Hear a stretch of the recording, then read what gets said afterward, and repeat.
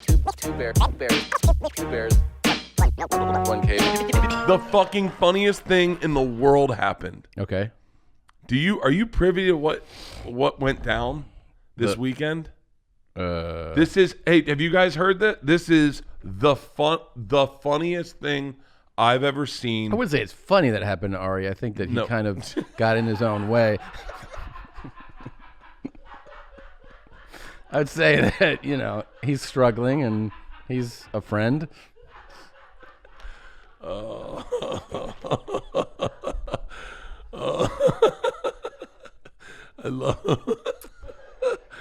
haven't talked about that at all on podcast. Have you talked about it?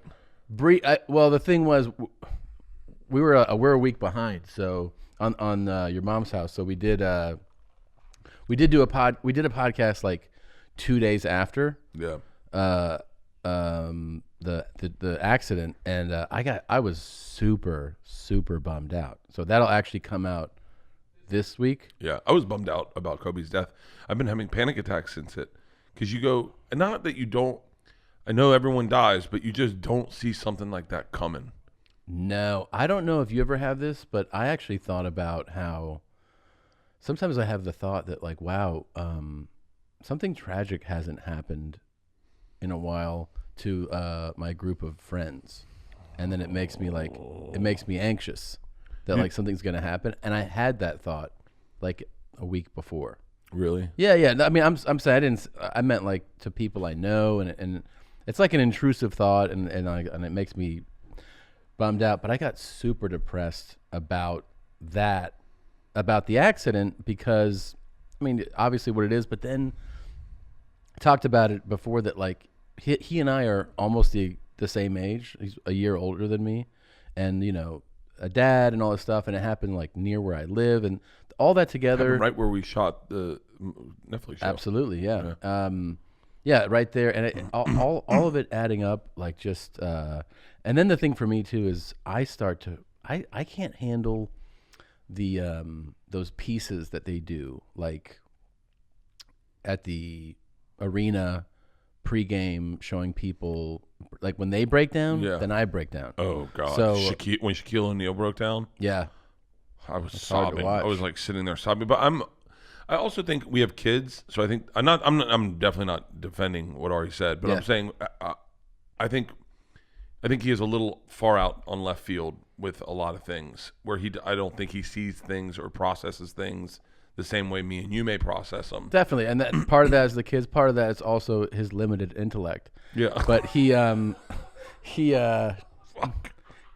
have he is good at recognizing. You should have seen the look on my daughter's face when they go, like, it was like almost like, yeah, of course that's what he did. Yeah, he also drugged my dad in front of me. When we were at a party last night, someone's like, can you even defend what Ari did? And I went, no. I said, no, I stopped defending him when he slipped me Molly. I gotta stop going, let me go to bat for this guy. No, I think that there is a thing, though, where he really, truly did not register. He's done these death things a bunch, but he did not register what the impact of it for days. Because I was like, I whenever any of those things happen and somebody gets like in trouble with like and they're getting publicly attacked, I start to immediately worry about the well-being of the person, right? Yeah. Like I already know what they did was fucked up and wrong. Yeah. But I'm like, are you all right? And at first he was like, I'm fine. What are you talking about? I'm like, I mean, have you been online? And he's like, what? Not real. I'm like, I think it's pretty fucking real. But then like a few days later, he's like, people are pretty upset. I'm like, yeah. This is what's interesting is he very wisely decided to go offline. That's absolutely what you should do. However, that is almost as bad as like a out of touch father not knowing his kids have a drug addiction. Yeah, we're fine. We just had dinner at the club the other night, right? Everyone was there. Yeah. We all wore suits. Yeah, you kind of like he should have seen a little bit of what was being written about him. Right. Like, it's healthy to go offline. Yeah. But it was like almost like he was like the mayor in Amityville when Jaws showed up. He's like, no, it's 4th of July. We're gonna have a party. I didn't want to obviously like. I mean, I don't think he should see everything that was said about him. But they were saying that this looked like him, so I told him. I sent him this that they're saying that looked like him. Did you see the one tweet the one guy wrote about Ari's dad? Yeah. Oh, that guy got suspended. Yeah, I know. He got kicked off Twitter. Wow. That's crazy. I mean, here's the thing is that I think. What did the guy say? I don't have it. But what was it? I don't know. I don't remember. What kind of thing was it? I don't know. You remember. About sustenance or something? No. What was it about? I can't remember. Yeah, you can. I think it was like eating cum or something. Where? I don't recall. Ari's dad is a father and marathon. He survived the Holocaust.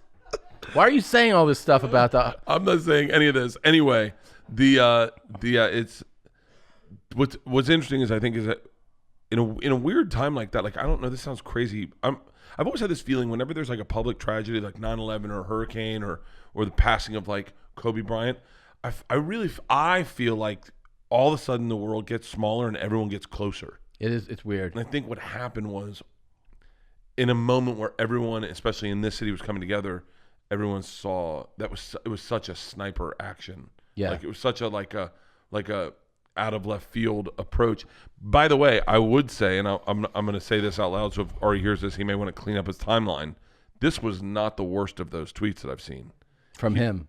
Oh, it's just the most iconic, famous. It's the most iconic, famous person. But his Aretha Franklin one was pretty aggressive. God damn it! Why do I have alarms going off?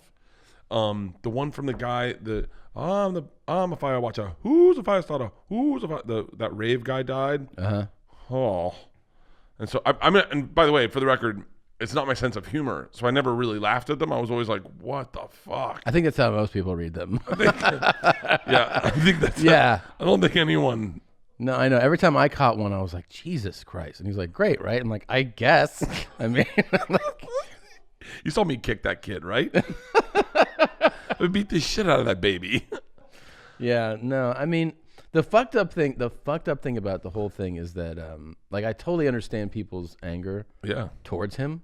Like, it absolutely makes sense why they would be so angry about it because they're hurting and they're seeing somebody would seemingly celebrate a tragedy.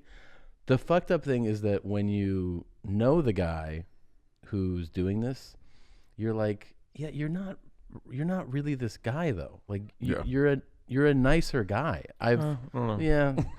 No, but I mean, like, drug me in front of my kids. But that was great. But I'm saying that I'm saying that like he's not his public persona of like this is different than who he is. We know a more complex. That's what made person. it so complicated for me to forgive him because I was like, here's a guy that I've gone skiing with, been on snow, like done so many fun things and had so many really thoughtful conversations that it's not. But it's not just that. It's that. Here's the other part of it. He's also reluctant to show those sides of him, I think, to publicly. Yeah, I don't know why. I don't know why either. He was definitely not showing him any now. I think he's going to lean into the. I hope not. I hope not, because he actually is like I've had, thoughtful conversations with him where like what I walk away from being like that guy's like my thought is what a kind, empathetic person, but I feel like he's reluctant to show that for whatever reason. Yeah. I don't know why, and I'm not defending that. Like I don't think it was wise in any way or funny or any of that to write that. I thought it was the worst thing that could have happened. But I just feel like it's not indicative necessarily of who he is. I don't think so. I think there, anything we say positive sounds like we're trying to defend him. I know, which is why I keep going. Like I'm not trying to say that like you shouldn't be upset or that you can write whatever you want and tweet whatever you want and say whatever you want, but the whole thing became even sadder to me because I was so bummed out by the tragedy. I was so bummed out when I made the choice to like look at his social media, like go to Kobe's social media, go to Vanessa's, and see the and you see like this beautiful, happy family, which made me more sad. And then to on top of all that, just like a tragedy happening, to have somebody be the target of, you know what I mean? Like it was like good versus evil. It felt like it was like, someone you really know be vilified by the country. Yeah, not just and by the way, not in a way that you gotta be like, oh, I know, right? Yeah, no. It's like, do you remember? You know what? There was a fighter. I forget the guy's name. There's a fighter named War Machine who beat up Christy Mack and sent her to the hospital, right? And he beat the fuck out of the guy. Beat the fuck out of the guy and beat the fuck out of her. And there was a guy, I can't remember his name, but he went to the hearing, and he was a fighter also, and went to the hearing to support his friend War Machine, and everyone came after him. And he went, listen, man, I don't support what he did, but I would lie if I say he wasn't my friend for fucking 15 years. Right. And I don't have a lot of friends, and not going to turn my back on any of my friends at any given time. Damn. It was a really interesting. I wish I knew who that was, because he's like a legit fighter, like someone we all know, and I thought that was interesting. I was like, man, he really fucking put his head out there, put his neck out there to, and he didn't need to. He could have just not shown up the way everyone else did. Yeah. I'm definitely not going to do that for Ari, but the. One thing we know for sure is there will be some epic tweets written when Ari dies. There'll be some amazing tweets. Oh man, Ari is. We should start drafting them now. Yeah, no shit, Jesus Christ. No, that's whatever. Yeah, whatever. Bert and Tom and Bert. One goes topless while the other wears a shirt. Tom tells stories and Bert's the machine. There's not a chance in hell that they'll keep it clean. Here's what we call 2 bears, 1 cave.